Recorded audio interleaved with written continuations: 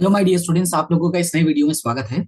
पिछले क्लास में हम लोगों ने शुरू किया था व्यवहार की दोहरी असर। ये क्लास स्टार्ट करते ही ये बात मैं आपको क्यों बता रहा हूँ, उसका रीजन यही है कि अगर आप लोगों ने पिछली क्लास नहीं देखी तो पिछली क्लास जरूर देख लेना, क्योंकि आज की क्लास का 100% कनेक्शन पिछली क्लास से है। ये दोनों क्लास हालांकि मैं एक साथ लेना चाहता था, लेकिन मैंने जब रिकॉर्डिंग का टाइम देखा तो वो ऑलमोस्ट 30+ मिनट हो गए थे, और अगर मैं ज्यादा लंबी क्लास लूंगा तो मुझे ये बात पता है कि आप बोर हो जाओगे। रियल में भी जब हम पढ़ाते हैं तो नॉर्मली कभी भी स्टूडेंट 20-25 मिनट ज्यादा पढ़ नहीं पाते, ध्यान नहीं देते। तो ऑनलाइन में तो लगभग नामुमकिन के बराबर है। इसी वजह से मैंने वहां पे से बेसिक्स कवर किया था। आज मैं नेक्स्ट स्टेप पे जाने वाला हूँ। तो ठीक है, तो ये बात याद रखना, पिछली वाली क्लास का लिंक आपको डिस्क्रिप्शन में दे दिया हूँ, वहां से आप लोग जरूर देख लेना। तो टॉपिक का नाम था हमारा, पिछली क्लास में स्टार्ट किया था व्यवहार की दोहरी असर। मैंने ये समझाया था कि जो भी व्यवहार होते हैं, यहाँ पे एक एग्जाम्पल लिया था मैंने, ये वाला पानीपुरी वाला, कि जितने भी व्यवहार होते हैं उन सभी की हमेशा कितनी असरें होती हैं, हमेशा दो असरें होती हैं। और उन दो असरों को लिखना कैसे, इसके बारे में भी हमने डिस्कस किया था। फिलहाल उसी बात को हम लोग आगे बढ़ाते हैं, और आगे बढ़ाने के साथ साथ यहाँ पे मैंने कुछ बातें लिखी थी जिसको आपको ध्यान में रखना है। सबसे पहले मैंने कहा था जब हमें इनके व्यवहारों को सॉल्व करना होता है, यानी जब हमें सवालों को सॉल्व करना होता है, तो सवाल को सॉल्व करने से सबसे पहले हमारा काम होता है व्यवहार को पहचानना। सबसे पहला काम हमारा क्या होता है, व्यवहार को पहचानना। अब व्यवहार को पहचानने का मतलब क्या होता है, व्यवहार को पहचानने का मतलब ये होता है कि जो भी व्यवहार लिखा गया है हम उसको बेसिकली दो कैटेगरी में डिवाइड करते हैं, एक आर्थिक और एक बिन आर्थिक। हमारा जो मेन टारगेट होता है वो आर्थिक के ऊपर होता है। किसके ऊपर होता है, आर्थिक के ऊपर। यानी सवाल हम पढ़ेंगे और पढ़ते ही ये पहचानेंगे कि वो आर्थिक है या बिन आर्थिक है। अगर हमें पता चला आर्थिक है तब हम आगे बढ़ेंगे, और अगर हमें पता चला वो बिन आर्थिक है तो उसको हम क्या कर देंगे, इग्नोर कर देंगे। ये बात हमने पिछली क्लास में डिस्कस की थी। साथ ही साथ ये बताया था मैंने कि जैसे ही हमें पता चला आर्थिक है तो अगला टारगेट होगा ये पहचाना कि व्यवहार रोकड़ है या उधार है। क्या पहचानना, व्यवहार रोकड़ है या उधार है। जैसे ही पता चलता है व्यवहार रोकड़ है या उधार है तो उसमें दो बातें होंगी। एक, अगर रोकड़ व्यवहार है, ध्यान से सुनना, क्या, अगर रोकड़ व्यवहार है तो सीधा ये देखेंगे कि पैसा आ रहा है कि पैसा जा रहा है, यानी फोकस किस पे रखना है, पैसा आने पे और पैसा जाने पे। ठीक है, उसके बाद जो दूसरी बात मैंने कही थी, दूसरी बात मैंने क्या कहा था, मैंने ये कहा था कि जैसे ही हमें ये पता चलता है कि व्यवहार उधार है, इसका मतलब हमें ये सोचना है कि जो सामने वाला व्यक्ति है, ठीक है, क्या सोचना है कि ये जो सामने वाला व्यक्ति है वो क्या कर रहा है, लाभ दे रहा है कि लाभ ले रहा है। क्लियर हुआ इतना। पहला काम होगा व्यवहार को पहचानना, उसमें ये देखना कि आर्थिक है कि बिना आर्थिक है। उसके बाद ये पहचानना कि व्यवहार रोकड़ है या उधार है। रोकड़ होगा तो कंफर्म है कि या तो पैसा आएगा या तो पैसा जाएगा, राइट। और दूसरा ये होगा, इसको मैं मिटा के साफ साफ लिख देता हूं क्योंकि ये मैंने गलत कलर का यूज कर लिया इसके लिए। पैसा आ रहा है या पैसा जा रहा है, ठीक है, ये बात आपको याद रखना है। क्योंकि देखो आसान क्या होगा, अगर ये पहचानोगे एक असर तो यहाँ पे ही कंफर्म हो जाएगा। उसके बाद हम जानते हैं कि हमारा जो टॉपिक है वो दो असर है, राइट। अब एक असर तो यहीं पे क्लियर हो गया, राइट। अब दूसरे असर के लिए हमें मेहनत करना पड़ेगा, तो दूसरे असर के लिए हमारे पास तीन रूल हैं, वो आज हम एक्सप्लेन करने वाले हैं, मतलब आज उस चीज को हम क्लास में पढ़ेंगे। ठीक है, तो यहां तक हमने पिछले क्लास में डिस्कस किया था, पिछले क्लास को भी मैंने रिवीजन कर दिया। हालांकि वो क्लास अगर आप देखोगे तो आपको ज्यादा डिटेल में समझ में आएगा, चीजें ज्यादा आसानी से समझ में आएंगी। यहाँ पे मैंने स्पीड में कवर अप किया है, उसका मतलब ये नहीं कि आपको सब कुछ समझ में एक झटके में आ जाएगा, आप उसको जरूर देखना। और अगर आपको आता है तो दैट्स टू गुड, उसमें बहुत अच्छी बात है कि आपको ये सारी चीजें पहले से ही आती हैं। तो फिलहाल चलते हैं और आगे बढ़ते हैं कि इस टॉपिक को हमें क्या करना है। सबसे पहले मैंने क्या कहा, शुरू करते हैं सब आज का टॉपिक। सबसे पहले हम क्या करेंगे, जो भी सवाल पढ़ेंगे उसमें हम पहले पहचानेंगे कि व्यवहार कैसा है, यानी आर्थिक है बिना आर्थिक, यानी ये होगा हमारा पहला टारगेट। दूसरा टारगेट होगा कि अगर आर्थिक है तो ये पहचानना कि व्यवहार रोकड़ है या उधार है। हम जैसे ये पहचाने कि व्यवहार रोकड़ है या उधार है, उसमें दो असर होगा, जिसमें पहला असर तो हमारा यही से कंफर्म हो जाएगा, यानी ऊपर वाले नियम के अनुसार फर्स्ट असर कंफर्म। ऊपर वाले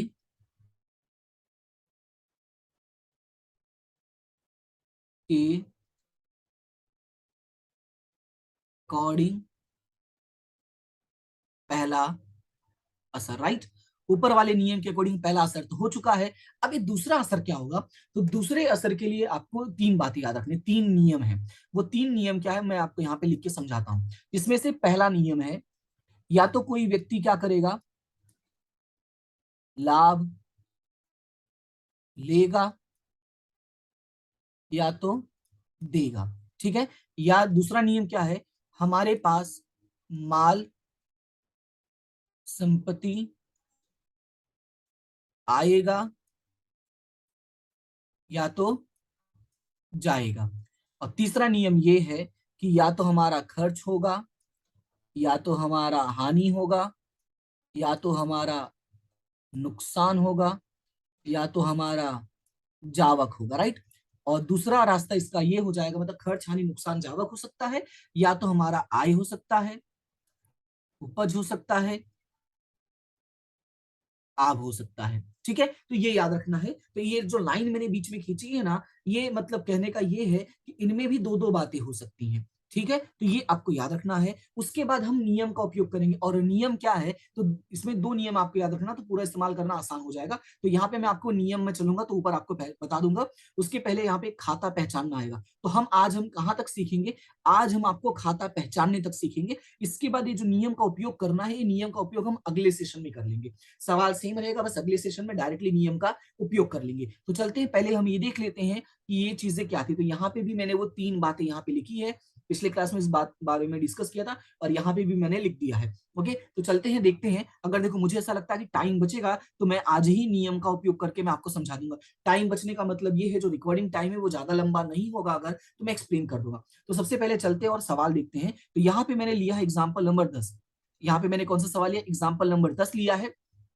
ये एग्जाम्पल मैंने इसलिए दिया है कि इस एग्जाम्पल में जो है टॉपिक सारे मिक्स हैं। इसके पहले वाले जितने एग्जाम्पल उसमें एक एक टॉपिक लिया गया है, और यहाँ पे क्या है, सारे टॉपिक मिक्स है। तो हम 10 अलग अलग प्रकार के सवाल कर लेंगे, सॉरी 11 अलग अलग प्रकार के सवाल करेंगे, यानी 11 चीजें हम सीखेंगे। ओके, तो यहाँ पे हेडिंग पे आपको ध्यान देने की जरूरत नहीं कि कौन सा उधार होगा कौन सा जमा होगा, जैसे मैं समझा रहा हूँ उसको ध्यान से सुनते जाना। सबसे पहला सवाल है, सॉरी चेंज कर दिया। सबसे पहला सवाल है, रणछोड़ ने 50,000 की पूंजी से धंधा शुरू किया। मैंने क्या कहा था, सबसे पहला काम होगा ये पहचानना कि हमारा जो व्यवहार है वो आर्थिक है या बिन आर्थिक है। तो हम चलते हैं यहाँ पे ब्लैंक वाले पेज पे, और यहाँ पे मैं आपको लिख के समझाता हूँ। ये हम सॉल्व करने वाले एग्जाम्पल नंबर 10। हम कौन सा सॉल्व कर रहे हैं, एग्जाम्पल नंबर 10। और ध्यान से सुनना मैं कैसे बता रहा हूँ। सबसे पहले मैंने क्या कहा, हमें ये पहचानना है कि हमारा जो व्यवहार है वो आर्थिक है कि बिन आर्थिक है। तो एक बात कंफर्म हो गया, ये हमारा व्यवहार कैसा है, आर्थिक है।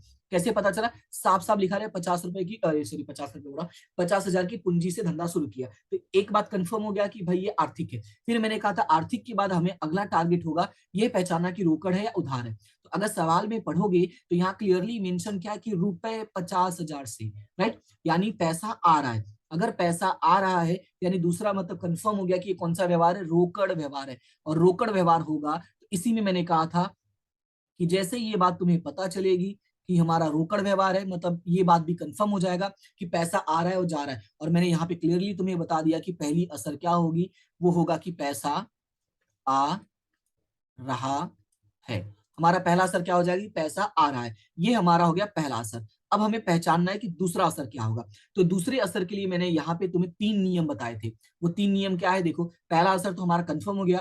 अब दूसरे वाले में मैंने तीन नियम बताए थे, या तो व्यक्ति लाभ लेगा या तो देगा, माल संपत्ति आएगा या तो जाएगा, खर्च हानि नुकसान जावक, या तो आय उपज लाभ, राइट। तो अब इस सवाल में ये देखो, क्या हमने सामने से कुछ दिया है, तो जो रणछोड़ है, रणछोड़ कौन है, यहाँ पे मालिक है। अभी कैसे पता चला रणछोड़ मालिक है, वो यहाँ पे सवाल में लिखा है, निम्नलिखित व्यवहार रणछोड़ की बही में लिखना है। रणछोड़ कौन है, वो मालिक है। तो मालिक यहाँ पे व्यवसाय में पैसे लाकर दिया। तो क्या व्यवसाय ने सामने से उसे कुछ दिया, तो जवाब है नहीं, व्यवसाय ने सामने से उसे कुछ नहीं दिया है। तो इसका मतलब ये हुआ कि जो सामने वाला व्यक्ति है रणछोड़, वो क्या कर रहा है, यहाँ पे लाभ दे रहा है। यानी जो दूसरा असर होगा वो ये हो जाएगा, रणछोड़ क्या हो जाएगा,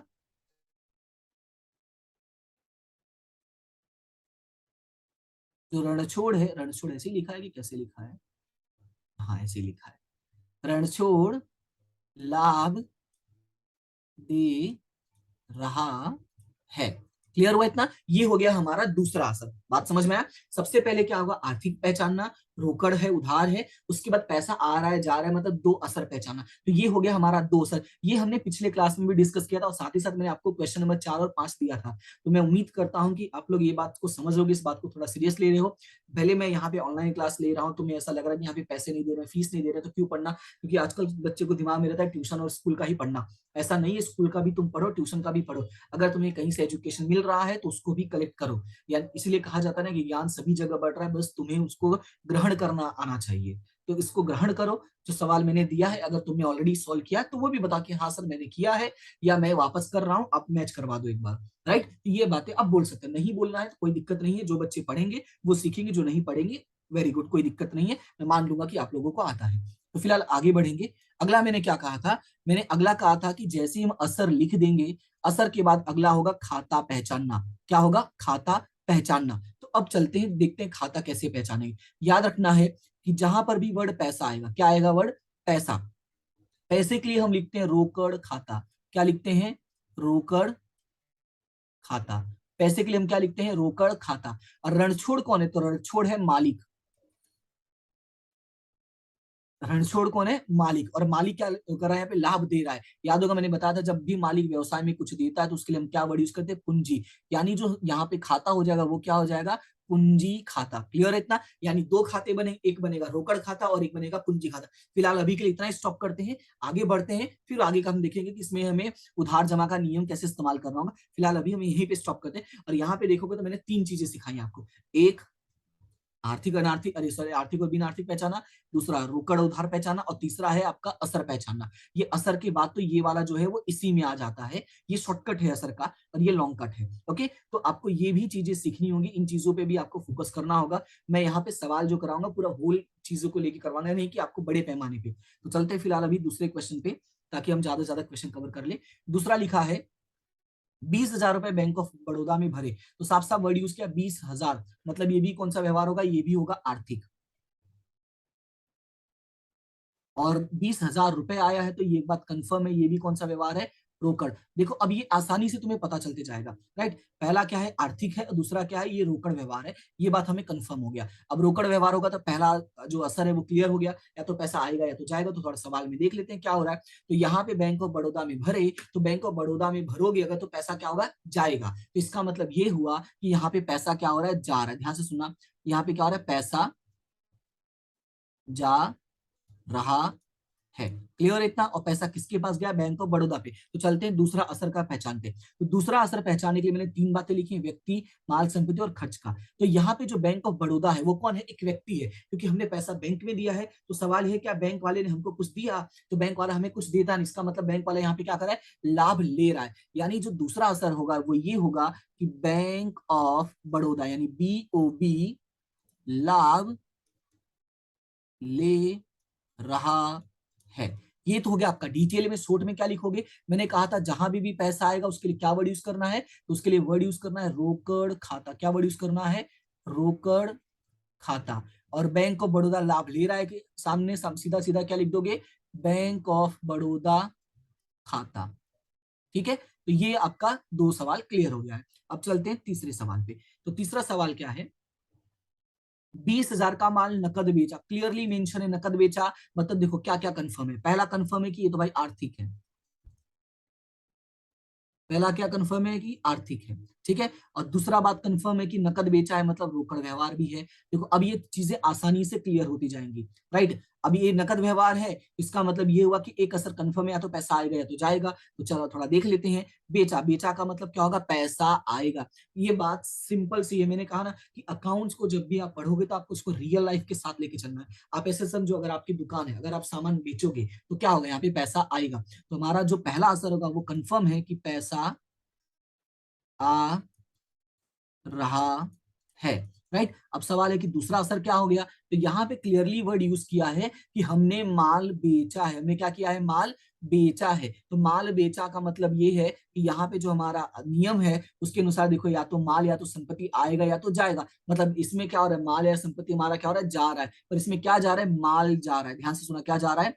माल जा रहा है। क्लियर हुआ इतना? इसमें क्या हो रहा है? माल जा रहा है। और मैंने समझाया था कि हमें एक एग्जैक्ट नाम लिखना है। तो फिर से पैसा आया, तो पैसे के लिए क्या लिखोगे? रोकड़ खाता। पैसे के लिए क्या लिखोगे? रोकड़ खाता। लेकिन जो माल जा रहा है वो माल क्यों जा रहा है? तो इसका रीजन है क्योंकि हमने माल क्या किया है? बेचा है। ध्यान से सुना, हमने क्या किया है? माल बेचा है। तो याद रखना, जब भी सवाल में बेचा आता है तो उसके लिए हम क्या लिखेंगे? बिक्री खाता। क्या लिखेंगे? बिक्री खाता। क्या लिखेंगे? बिक्री खाता। पर क्या बेचा आएगा? जब आएगा माल बेचा। तो ये बातें आपको याद रखनी है। जब भी सवाल में लिखा है कि माल बेचा, तो हमेशा क्या लिखोगे? बिक्री खाता। क्योंकि माल बेचने को हम किससे दर्शाते हैं? बिक्री के नाम से दर्शाते हैं। तो यहाँ पे जो हमारा दूसरा असर होगा वो क्या होगा? बिक्री खाता। ये बात क्लियर है? तो इस तरह से हमने कितने सवाल कर लिए? 3 सवाल कर लिए। अब चलते हैं थोड़ी अगले सवाल पे। सवाल नंबर 4। सवाल नंबर 4 में लिखा है 6,000 का माल राधा को बेचा। 6,000 का माल किया क्या है? राधा को बेचा। फिर से माल बेचा है, मतलब एक बात कंफर्म है कि ये आर्थिक व्यवहार है। तो यहाँ पे मैं लिख देता हूं आर्थिक पहला काम क्या हो गया, आर्थिक व्यवहार। अब दूसरा काम क्या है, दूसरा काम ये है कि यहाँ पे सवाल में राधा का नाम दिया है। क्या दिया है नाम, राधा का नाम दिया है। और हमने पढ़ा था, हमने जब एक क्लास लिया था रोकड़ और उधार पहचानने के नियम, जो हमारा दूसरा क्लास था एक चैप्टर का, तो उसमें मैंने बताया था कि जब भी किसी व्यक्ति का नाम आएगा, ध्यान से सुनना, मैंने क्या बताया था कि जब भी किसी व्यक्ति का नाम आएगा, इसका मतलब ये हो गया कि वो कौन सा व्यवहार है, वो उधार व्यवहार है। तो यहाँ पे किसका नाम आया, राधा का। तो राधा का नाम आया, इसका मतलब ये कौन सा व्यवहार हो जाएगा, उधार व्यवहार। यानी दूसरा जो पॉइंट बनेगा ये क्या बनेगा, ये है उधार व्यवहार। और मैंने कहा था जब उधार व्यवहार होगा, यहाँ पे ध्यान देना, क्या होगा, या तो रोकड़ होगा या तो उधार होगा। तो अभी आया है उधार व्यवहार। उधार व्यवहार का मतलब सामने वाला व्यक्ति को ध्यान में लेना। तो यहाँ सामने वाला व्यक्ति कौन है, राधा है। सामने वाला व्यक्ति क्या करेगा, या तो लाभ देगा या तो लाभ लेगा। ध्यान से सुनना, या तो लाभ देगा या तो लाभ देगा। तो फिलहाल यहाँ पे जो राधा है उसको हमने माल बेचा। मान लो कि तुम अपने आप को मान लो कि रणछोड़ हो, सामने किसी व्यक्ति को मान लो राधा है। तुमने अगर राधा को माल दिया तो राधा क्या करे, माल ले रही है ना। इसका मतलब यहाँ पे हम क्या बोलेंगे कि पहला असर ये होगा कि राधा क्या कर रही है, लाभ ले रही है। पहला असर क्या होगा कि राधा लाभ ले रही है। ये कैसे पता चला, उधार व्यवहार होने की वजह से। अब दूसरा असर क्या होगा, तो वो चलते हैं देखते हैं। तो यहाँ पे मैंने बताया था कि दूसरे असर में तीन बातें होंगी, या तो व्यक्ति लाभ लेगा देगा, या तो माल संपत्ति आएगा जाएगा, या तो खर्च हानि नुकसान जावक आय या उपज होगा। अब जब एक बार व्यक्ति का नाम आएगा तो एक ही सवाल में दो दो व्यक्ति तो आएंगे नहीं। इसका मतलब पहला नियम तो कैंसिल हो गया, तो बचा दूसरा और तीसरा। तो दूसरा और तीसरा में लिखा है कि माल संपत्ति आएगा या तो जाएगा। और सवाल में देखो क्लियरली मेंशन किया कि हमने माल क्या किया, बेचा। माल बेचने का मतलब क्या होगा, माल जा रहा है। यानी यही वाला पॉइंट कॉपी कर दो। तो यहाँ पे हम क्या लिखेंगे, माल जा रहा है। और अगर माल जा रहा है तो मैंने क्या बताया था कि माल के लिए मतलब जब माल जाता है तो ये क्यों जा रहा है, पहले वो देखो। तो ये हमने क्या किया, बेचा। तो माल बेचा के लिए हम क्या वर्ड यूज करते हैं, बिक्री खाता। क्या वर्ड यूज करते हैं, बिक्री खाता। तो यहाँ पे लिखेंगे बिक्री खाता, याद रखना है। ठीक है, तो इसका मतलब ये होगा कि जो पहला असर है राधा लाभ ले रही है, उसके लिए तुम क्या लिखोगे, राधा खाते या राधा खाता। क्या लिखोगे, राधा खाता। और दूसरा असर क्या लिखोगे, बिक्री खाता। ठीक है, अब ये मैं दोबारा नहीं बताऊंगा कि माल बेचने के लिए हम क्या वर्ड यूज करते हैं, बिक्री खाता। ये आपको डायरेक्टली याद रखना पड़ेगा। ये दो सवाल में ऑलरेडी मैंने लिख के दे दिया है, इसको नोट्स में लिख लेना। यहाँ पे जैसे मैं सवाल करवा रहा हूँ ये तुम्हें नोट्स में हेल्प करेंगे, यहाँ तक कि तुम्हें रोजरामचा बनाने में भी हेल्प करेंगे। अगर तुम्हें आता है तो बात अलग है, अदरवाइज ये आपकी काफी मदद करने वाले हैं। ठीक है, फिलहाल चलते हैं अगले क्वेश्चन पे। अगला क्वेश्चन है, 1,000 का माल नकद खरीदा। सवाल में साफ साफ लिखा है नकद। नकद का मतलब रोकड़ व्यवहार है। और माल खरीदा, खरीदा मतलब माल आ रहा है। तो अब देखो फटाफट सवाल में हम असर लिखते हैं। कैसे असर लिखेंगे वो ध्यान से सुनना। सबसे पहले क्वेश्चन नंबर 5 लिखते हैं। नकद खरीदा मतलब ये हो जाएगा आर्थिक व्यवहार, आर्थिक। और इसमें भी साफ साफ नकद लिखा था, तो मतलब ये अगला पॉइंट क्या हो जाएगा, रोकड़ है ये। और रोकड़ व्यवहार है तो मतलब कंफर्म, या तो पैसा आएगा या तो जाएगा। इसमें हमने क्या किया, माल खरीदा है। और जब हम माल खरीदेंगे तो इसका मतलब क्या होगा, पैसा जा रहा है, क्योंकि माल खरीदने भी हम पैसा देते हैं। तो असर कंफर्म हो गया कि पैसा जा रहा है। राइट। अब मैंने क्या कहा था, जब तुम्हें ये बात कंफर्म हो गया कि नकद व्यवहार है, तो देखो कि पैसा आ रहा है कि जा रहा है। तो हम खरीदेंगे तो क्या होगा, पैसा जाएगा। अब पैसा क्यों गया है वो देखना है। तो हमारा इसमें कोई व्यक्ति का नाम तो है नहीं, इसका मतलब पहला रूल कैंसिल हो गया। अब दूसरा रूल, माल संपत्ति आएगा या तो जाएगा। तो यहाँ पे क्या हो रहा है, यहाँ पे हमने लिखा है माल खरीदा। तो माल खरीदने का मतलब होगा कि पैसा आ रहा है, सॉरी सॉरी माल आ रहा है। तो दूसरा असर हो जाएगा यहाँ पे, माल आ रहा है। क्या हो जाएगा, माल आ रहा है। ध्यान से सुनना, जब सवाल में लिखा हो माल आ रहा है तो याद रखना है इसका मतलब होता है हमने माल खरीदा। यानी कि सवाल में अगर खरीदा वर्ड लिखा हो तो उसके लिए हम लिखते हैं खरीद खाता। क्या लिखते हैं, खरीद खाता। लेकिन एक बात इसमें याद रखनी, टर्म एंड कंडीशन अप्लाई है कि क्या खरीदा होना चाहिए, माल। अगर माल खरीदा है तभी हम लिखेंगे खरीद खाता, अन्यथा नहीं लिखेंगे। ठीक है, तो अब इसका दो एग्जैक्ट नाम क्या होगा, यानी जो दो खाता का नाम लिखना है वो एग्जैक्ट क्या होगा। तो उसमें पहला हो जाएगा आपका पैसा है, उसका मतलब पहला हो जाएगा रोकड़ खाता। क्या हो जाएगा, रोकड़ खाता। और दूसरा क्या हो जाएगा यहाँ पे, खरीद खाता। ये दोनों क्लियर हो गया। अब चलते हैं क्वेश्चन नंबर 6 पे। क्वेश्चन नंबर 6 में क्या लिखा है कि 2,000 का माल मीरा के पास से खरीदा। अब इसमें देखो मीरा का नाम आया है, और मीरा का नाम आने का मतलब ये है कि ये उधार व्यवहार है। ये मैंने कब पढ़ाया था? ये मैंने पिछले के पिछले क्लास में पढ़ाया था कि जब व्यक्ति का नाम आता है तो उसको हम क्या बोलते हैं? उधार व्यवहार। और क्वेश्चन नंबर 4 भी तो सेम था, यानी 4 और 6 लगभग सब सेम है, पर अंतर इतना है कि इसमें हमने क्या किया? माल खरीदा है, और इसमें क्या किया था? बेचा था। तो अब कैसे लिखोगे? सबसे पहले का पहला काम क्या हो जाएगा? पहला काम होगा कि ये जो सवाल है ये कौन सा व्यवहार है? आर्थिक व्यवहार है। तो इसको थोड़ा सा अच्छे से लिखते हैं। थोड़ा पेन चेंज करता हूँ क्योंकि बोर हो गया ब्लू पेन से। पहला काम होगा ये कौन सा व्यवहार है? आर्थिक व्यवहार है। दूसरा काम होगा आर्थिक में भी कौन सा? ये उधार व्यवहार है। क्यों उधार व्यवहार है? क्योंकि इसमें नाम आया, तो यहाँ पे हम लिखेंगे उधार। राइट। और मैंने कहा था जब उधार व्यवहार होगा तो इसका मतलब ये हुआ कि सामने वाले व्यक्ति पे नजर डालो, तो सामने वाला व्यक्ति कौन है? इस सवाल में सामने वाला व्यक्ति जो है वो है मीरा, और मीरा से हमने क्या किया? माल खरीदा। अगर मान लो सामने वाला व्यक्ति मीरा है तो मीरा से माल ले रहे हो, तो इसका मतलब मीरा तुम्हें लाभ दे रही है। अगर पैसा भी नहीं ले रही है तो वो लाभ दे रही है। उधार का मतलब क्या होता है? तुम्हें पैसे उधार मतलब बिना लिए दे रही है। वो बोली है बाद में पैसे दे दोगे तो भी चलेगा। तो पहला असर ये हो जाएगा कि जो मीरा है वो क्या कर रही है? लाभ दे रही है। राइट। अब दूसरा असर क्या होगा? सवाल है मीरा लाभ क्यों दे रही? क्योंकि तुमने क्या किया? माल खरीदा। यानी कि दूसरा असर हो जाएगा माल आ रहा है। समझ में आया? तो इस तरह से जब जितना हम सवाल की प्रैक्टिस करेंगे उतना ये सारा चीज क्लियर होगा और उतना तुम्हारा स्पीड बढ़ेगा। अब मीरा लाभ दे रही, तो मैंने क्या बताया? मीरा के लिए हम क्या लिखेंगे? मीरा खाता।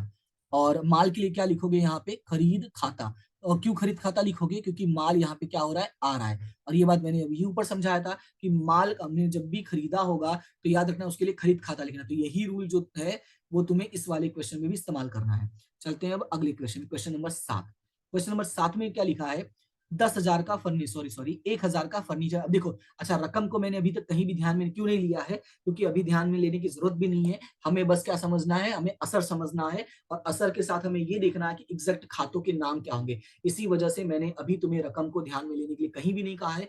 हम जैसे जैसे आगे बढ़ते जाएंगे हम इस बात को भी ध्यान में लेंगे। तो फिलहाल अभी जो हमारा ध्यान होगा वो इतने पे ही होगा। तो फिलहाल चलते हैं और आगे बढ़ते हैं। अगला पॉइंट देखते हैं क्या है। हमने यहाँ पे क्या किया? 1,000 का फर्नीचर खरीदा। क्या खरीदा हमने? 1,000 का फर्नीचर खरीदा। तो अब इसमें क्या करोगे वो देखो। पहला बात कंफर्म है कि ये व्यवहार कौन सा है? ये आर्थिक व्यवहार है। आर्थिक व्यवहार है। दूसरा ये रोकड़ व्यवहार है। कैसे पता चला रोकड़ व्यवहार है? क्योंकि सवाल में किसी व्यक्ति का नाम नहीं दिया है, और जैसे ही हमें ये बात पता चलता है कि रोकड़ व्यवहार है मतलब कंफर्म है, या तो पैसा आएगा या तो पैसा जाएगा। तो यहाँ पे क्या हो रहा है? पैसा आ रहा है कि जा रहा है? तो हमने क्या किया? फर्नीचर खरीदा है। खरीदने का मतलब क्या होगा? पैसा जाएगा। तो यहाँ पे हम लिखेंगे कि पैसा जा रहा है। अब ये देखो कि पैसा जा रहा है तो क्या सामने से कुछ मिला? तो हाँ, सामने से यहाँ पे क्या मिला है? फर्नीचर। इसका मतलब फर्नीचर आ रहा है, यानी हमारा सेकंड रूल हो जाएगा कि माल संपत्ति आ रहा है, तो हम उसके क्या लिखेंगे? फर्नीचर आ रहा है। क्लियर हुआ इतना? तो पैसे के लिए मैंने क्या बताया था? हमने पढ़ा था कि हम उसके लिए लिखेंगे रोकड़ खाता। अब दूसरा नाम क्या है? फर्नीचर आ रहा है। अभी जैसे ये ऊपर वाले पॉइंट पे मैंने समझाया था कि जब भी सवाल में लिखा होगा कि माल आ रहा है, और वो माल क्यों आ रहा है? क्योंकि तुमने क्या किया? खरीदा है। तो हम क्या लिखेंगे? खरीद खाते। उसी तरीके से तुम्हें याद रखना है। क्या याद रखना है? कि जब भी किसी संपत्ति का नाम आएगा, क्या आएगा? जब भी किसी संपत्ति का नाम आएगा तो ये देखना कि आ रहा है कि जा रहा है, इसको हम बाद में देखेंगे। पर मेन वर्ड ये है कि फर्नीचर है ना। फर्नीचर मतलब क्या है? कि जब भी, ये मैं लिख देता हूं नोट के तौर पे ताकि तुम्हें याद रहे, किसी संपत्ति का नाम आए। अब यहां पे याद रखना है, चाहे खरीदा हो या बेचा हो। ठीक है, इससे कोई फर्क नहीं पड़ता है कि तुमने खरीदा है या बेचा है। तो हमेशा क्या? हमेशा उस संपत्ति का नाम लिखेंगे। संपत्ति का नाम लिखा जाएगा। ठीक है, ये बात हमेशा याद रखना, उस संपत्ति का नाम लिखा जाएगा, ना कि खरीद खाता और बिक्री खाता। याद रखना। तो ये भी मैं लिख देता हूं, ना कि खरीद खाता और बिक्री खाता। ठीक है, ये बातें याद रखनी है, और यही बातें तो बाद में याद आएंगी। ठीक है, इसलिए इसको याद रखना, ये इंपॉर्टेंट पॉइंट है। ओके, तो यहाँ पे फर्नीचर आ रहा है, तो मैंने क्या कहा, फर्नीचर आ रहा है जा रहा है, उससे हमें कोई फर्क नहीं पड़ता है, उससे हमें कोई लेना देना नहीं। बस याद रखना है कि जब भी कोई संपत्ति का नाम आएगा तो हम क्या लिखेंगे, संपत्ति खाते, यानी यहाँ पे लिख देंगे फर्नीचर खाता। क्या लिख देंगे, फर्नीचर खाता। ठीक है, अब चलते हैं अगले पॉइंट पे। अगला सवाल है कंप्यूटर नंबर 8, सॉरी सॉरी, सवाल नंबर 8। 300 का फुटकर खर्च चुका है, क्या है, 300 का फुटकर खर्च चुका है। यहाँ पे देखो क्लियरली मेंशन है फुटकर खर्च, और एक बात और मेंशन है कि चुकाया। चुकाया का मतलब पैसा तो जा रहा है, ये बात कंफर्म है। देखो कई बार सवाल पढ़ने में तुरंत समझ में आ जाएगा एक असर की पैसा आ रहा है कि जा रहा है, और ये वही सवाल है। तो पहली बात यहाँ पे हम क्या करेंगे, सबसे पहले हम चलते हैं क्वेश्चन नंबर 8 लिखते हैं यहाँ पे। तो यहाँ पे हमारा जो क्वेश्चन नंबर 8 होगा उसका असर देखो कैसे लिखोगे। तो यहाँ पे लिखेंगे क्वेश्चन नंबर 8। पहला बात लिखेंगे कि ये जो व्यवहार है, ये कौन सा व्यवहार है, ये आर्थिक व्यवहार, और आर्थिक में भी कौन सा है, रोकड़ व्यवहार। क्यों रोकड़ व्यवहार है, क्योंकि हमने चुकाया वर्ड लिखा गया है सवाल में, मतलब चुकाया है, मतलब कंफर्म है कि पैसा जा रहा है। अब सवाल है पैसा क्यों गया, क्या हुआ था ऐसा।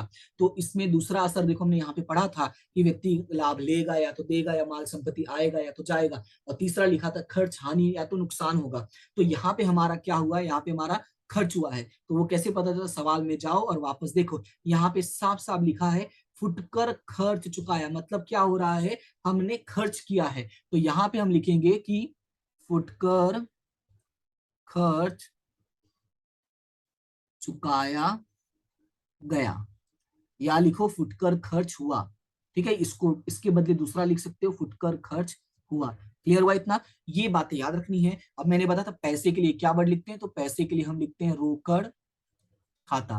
पैसे के लिए क्या हम लिखते हैं, रोकड़ खाता। और फुटकर खर्च के लिए हम क्या लिखेंगे, तो यहाँ पे फुटकर खर्च का नाम लिख देंगे, यानी फुटकर खर्च खाता।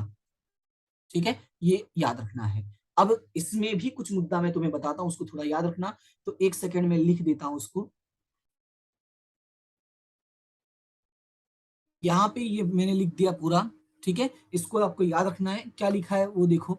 जब भी किसी खर्च या आय का नाम आएगा, तब हमेशा उस खर्च या आय के नाम से खाता लिखा जाता है। तो बीच में मैंने से नहीं लिखा है, तो यहाँ पे मैं लिख देता हूँ, उस खर्च के नाम या आय के, सॉरी, खर्च या आय के नाम से खाता लिखा जाता है। अब इसका मतलब क्या है वो समझो। जैसे यहाँ पे सवाल में लिखा है, क्या लिखा है कि फुटकर खर्च चुका है, क्या लिखा है, फुटकर खर्च चुका है। ये देखो सवाल में ना, फुटकर खर्च चुकाया। तो ये जब भी खर्च का आय का नाम आएगा, तो हमेशा जो खाता बनेगा वो किसके नाम का बनेगा, उसी खर्च या आय के नाम का बनेगा। यानी फुटकर खर्च खाता। जैसे मान लो अगला सवाल देखते तो उसमें तुम्हें और पता चलेगा। जैसे अगले सवाल में लिखा है डिविडेंड मिला, मिलने का मतलब क्या होगा, पैसा आ रहा है। तो यहाँ से सुनना, अभी सवाल में मैं एक्सप्लेन करूंगा तो दूसरा भी पॉइंट क्लियर हो जाएगा। तो सबसे पहले हमारा यहाँ पे हम लिखते हैं पॉइंट नंबर 9। तारीख नंबर कौन सा है, ये 9 है। और तारीख नंबर 9 में क्या है, पहला जो व्यवहार है, पहला पॉइंट काम क्या था कि आर्थिक और बिना आर्थिक पहचानना। तो कंफर्म है कि आर्थिक है, उसमें भी ये कौन सा व्यवहार है, रोकड़ है। और रोकड़ है कैसे पता चला कि कोई व्यक्ति का नाम नहीं दिया है। और जब रोकड़ है तो एक बात तो कंफर्म है कि पैसा क्या हो रहा है, आएगा या तो जाएगा। पर यहाँ पे पैसा क्या हो रहा है, आ रहा है। ये कैसे पता चला, क्योंकि यहाँ पे सवाल में लिखा है मिला। यही वर्ड है हमारी पहचान की पैसा क्या हो रहा है, आ रहा है। ठीक है, अब दूसरा पॉइंट क्या होगा, पैसा क्यों आया, क्योंकि तुम्हें डिविडेंड मिला। तो यहां पे हम क्या लिखेंगे, डिविडेंड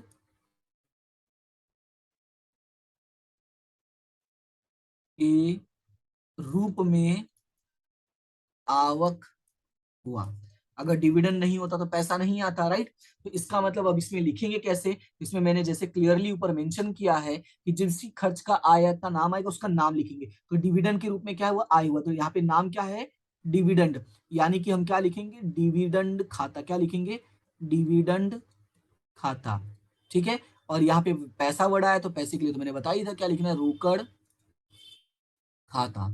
तो ये इस तरह से तुम्हें थोड़ा याद रखना है। ये दो बातें थोड़ा याद रखना, एक ये वाली बात और एक यहाँ वाली बात। ठीक है, चलो अभी चलते हैं अगले पॉइंट पे। अगला पॉइंट है मजदूरी चुकाया। तो ये पॉइंट मैं यहीं पे एक्सप्लेन कर देता हूँ, लिखने की जरूरत नहीं है। मजदूरी चुकाया एकदम सेम टू सेम इसके जैसा। पहला लिखोगे आर्थिक व्यवहार है, फिर रोकड़ व्यवहार है। चुकाया मतलब पैसा जा रहा है, क्यों चुकाया, क्योंकि मजदूरी के तौर पर क्या हुआ, खर्च हुआ। अब पैसे के लिए क्या बताया था, रोकड़ खाता, मजदूरी के लिए मजदूरी खाता। ठीक है, ये सेम टू सेम तुम्हारा 8वें जैसा है। तो ये दोनों तुम देख लेना। उसके बाद लास्ट क्वेश्चन है 15,000 का यंत्र रमेश ब्रदर्स के पास से खरीदा। क्या बोला है? 15,000 का यंत्र रमेश ब्रदर्स के पास से खरीदा। तो चलते हैं यहाँ पे नेक्स्ट एक्सप्लेन करते हैं। ये रहा क्वेश्चन नंबर 11। तो अगर यहाँ पे ध्यान दोगे तो रमेश ब्रदर्स के पास से खरीदा है, तो पहला तो काम हो गया आर्थिक व्यवहार है। पहला जो काम हो गया हमारा वो क्या है? आर्थिक व्यवहार है। और रमेश ब्रदर्स का नाम दिया है, इसका मतलब ये कौन सा व्यवहार हो गया? उधार व्यवहार हो गया। ठीक है, किसी व्यक्ति का नाम दिया हो तो कौन सा व्यवहार होता है? उधार व्यवहार। और उधार व्यवहार है मतलब ये है कि सामने वाला व्यक्ति या तो लाभ लेगा या तो देगा। तो हमें कैसे पता चलेगा कि हम लाभ ले रहे हैं, सॉरी सामने वाला व्यक्ति लाभ ले रहा है कि दे रहा है? तो पहले देखो हमने क्या किया, माल को खरीदा है। अगर हमने माल खरीदा है तो मतलब ये होगा सामने वाला व्यक्ति लाभ दे रहा है। सामने वाला व्यक्ति का नाम क्या है? वो है रमेश ब्रदर्स। तो यहाँ पे लिखेंगे रमेश ब्रदर्स लाभ दे रहा है। अब सवाल है कि रमेश ब्रदर्स लाभ क्यों दे रहा है? क्योंकि हमने क्या किया है? माल खरीदा। यहाँ पे साफ साफ लिखा है खरीदा। और खरीदा का मतलब ये है कि माल हमारे पास आ रहा है। तो यहाँ पे हम, सॉरी माल नहीं था, सॉरी सॉरी मिस्टेक, यंत्र खरीदा है। इसका मतलब यंत्र हमारे पास आ रहा है। तो यहाँ पे हम लिखेंगे यंत्र आ रहा है। अब दो नाम लिखना है तो एक नाम हो जाएगा रमेश ब्रदर्स। क्या हो जाएगा? रमेश ब्रदर्स हो जाएगा। और दूसरा नाम हो जाएगा यंत्र खाता।